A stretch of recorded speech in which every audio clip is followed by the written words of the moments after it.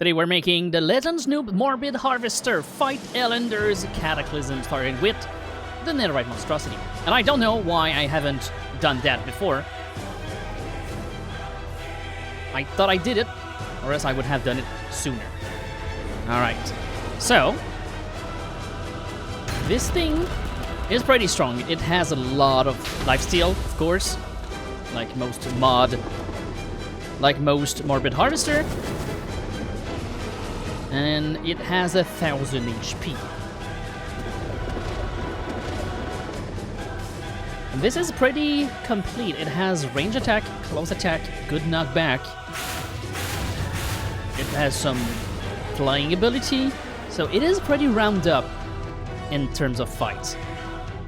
I really want to see if it can fight and defeat every single Elender's Cataclysm bosses. For now, it is doing extremely well against the Netherite Monstrosity. It is immune to lava. So this is a big advantage already, even though if it gets stuck. And it is somehow not taking a lot of damage, even with 1000 HP. It is 14, it's probably its damage cap. Because of course, now every single mob in Minecraft has a damage cap. I'm not sure how I feel about that, but anyway.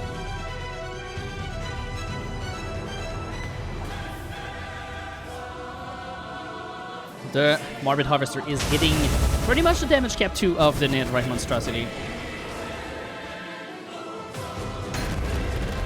And it is parrying some of the attack.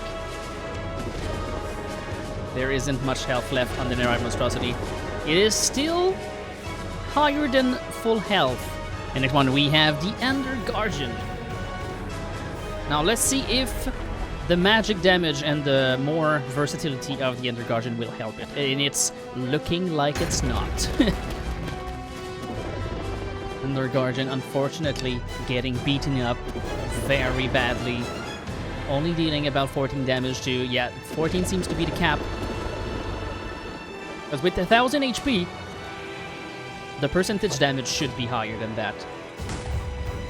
Okay, here goes the second phase, and now less armor for the Ender Guardian. It is also flying, which means it will trigger the Tornado Typhoon thing attack, locking it in place, but it doesn't really matter.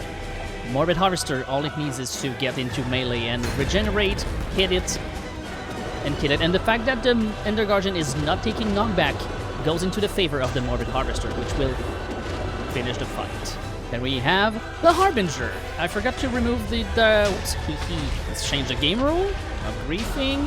False. It's a new map, of course. I always forget about that. Hold on. Okay, there we go. And obviously, yeah, Harbinger is not strong enough to fight the Morbid Harvester. Okay, so this is going to be interesting, because now it's going to fall down. And this might give some time. Okay, there. Is it me or this bazooka looks like one of the weapon of the Harbinger? Am I crazy? Wait, hold on. It is doing so much damage. We'll see about that when it dies, which will be probably next attack. There we go. Okay, am I going crazy? Is this the same? Okay, it's almost. It's very similar. Okay, let's see how the Leviathan do against it. And as always with the Leviathan, it all depends on what type of attack it does and when. Okay, so for now, it is somehow not doing any damage to the Leviathan. And yeah, Leviathan is just blasting it. 11 damage per hit.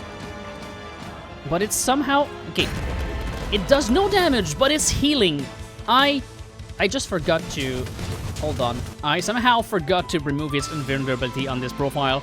So we're going to do the fight on water, and let's see how it goes for the Morbid Harvester. It might be slightly unfair. We'll see about that. This is for you, those that tell me to do it on water. There it is. Alright, so first of all, we've got the tongue. We're grabbing absolutely nothing. And, okay, yeah, he's having a hard time walking on the water. He looks like pre-1.14, 1.13. Okay, so this might be a problem for the Morbid Harvester. He's going to get stuck and damage here for a while. And he seems to only do this type of attack, which is not taking damage anymore. I'm not sure what is going on, but here comes the laser. It is barely out of right. It is just not taking damage anymore. Never mind. Oh, it's a proximity thing, I think. Yeah, because right now, it's not receiving any damage until the Leviathan is close. I am not a fan of these type of mechanic. I already don't like the range immunity for most Cataclysm mobs. In fact, every bosses from Cataclysm have this, and I'm not a fan of proximity invulnerability.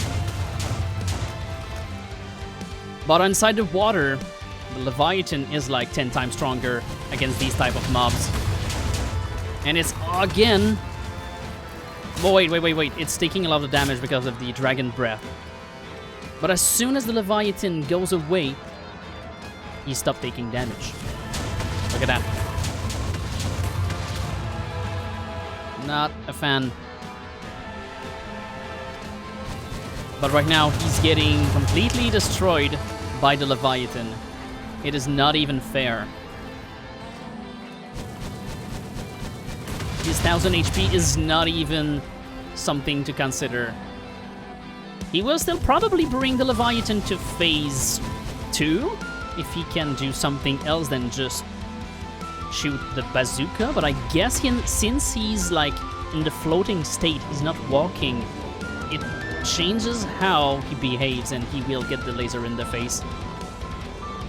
This is not going to be an... Oh, he's there.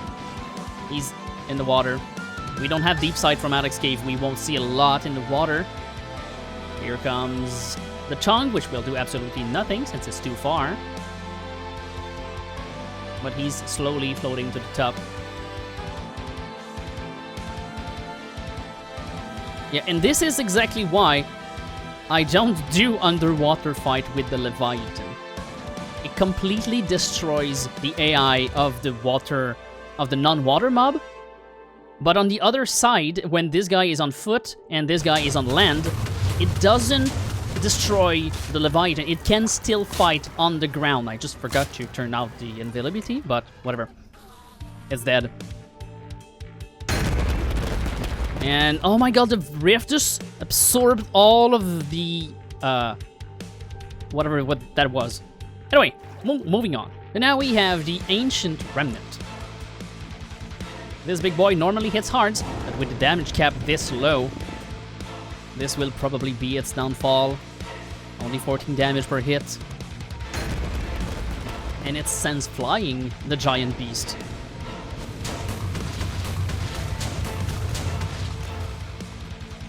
And he is not healing that much against the Remnant though. But he, oh my god, already second phase for the Remnant. He's getting destroyed. It's even faster than... Yeah, you see that I forgot to change the config? There's not supposed to be griefing here.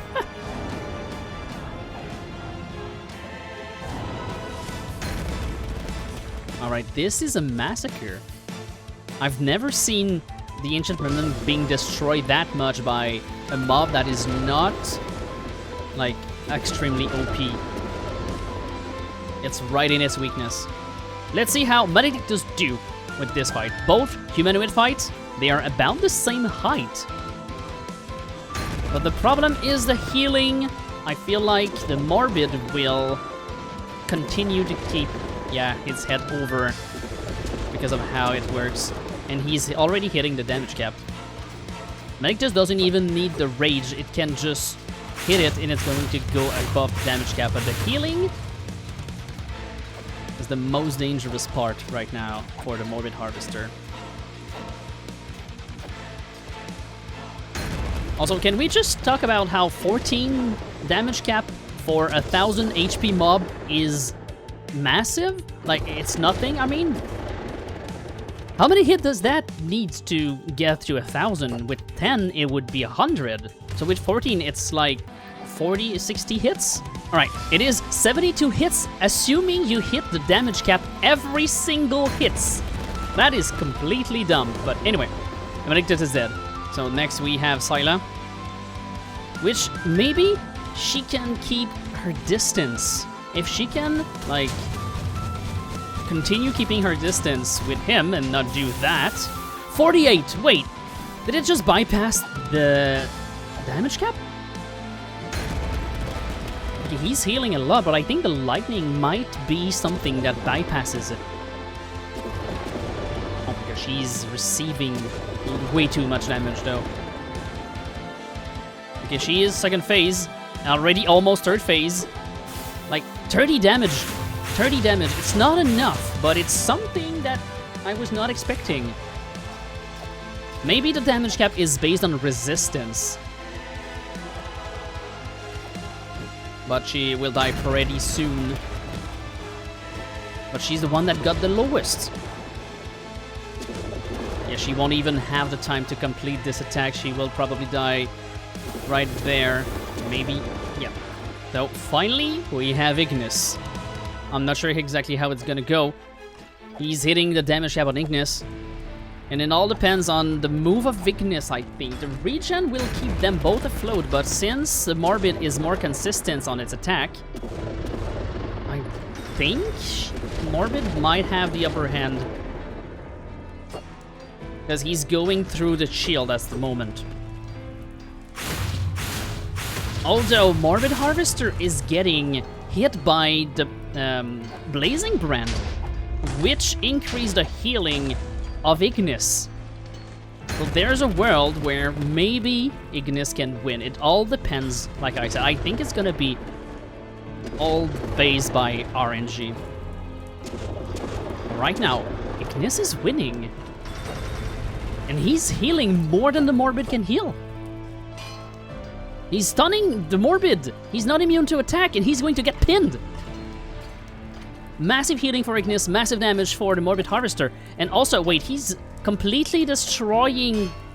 So the damage cap is 30, but since he has armor, Ignis completely removes its armor. That's the armor that is giving the damage cap 14. So Morbid only has 30 damage cap instead of 14. So everything that goes through armor, which is the thing from Syla, it is getting through, and Ignis completely dominates right here, removing the damage cap, stunning the mob, and healing stronger than the Morbid.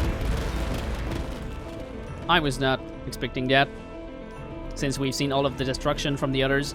Anyway, that's the end of the video. Make sure to subscribe now. Goodbye!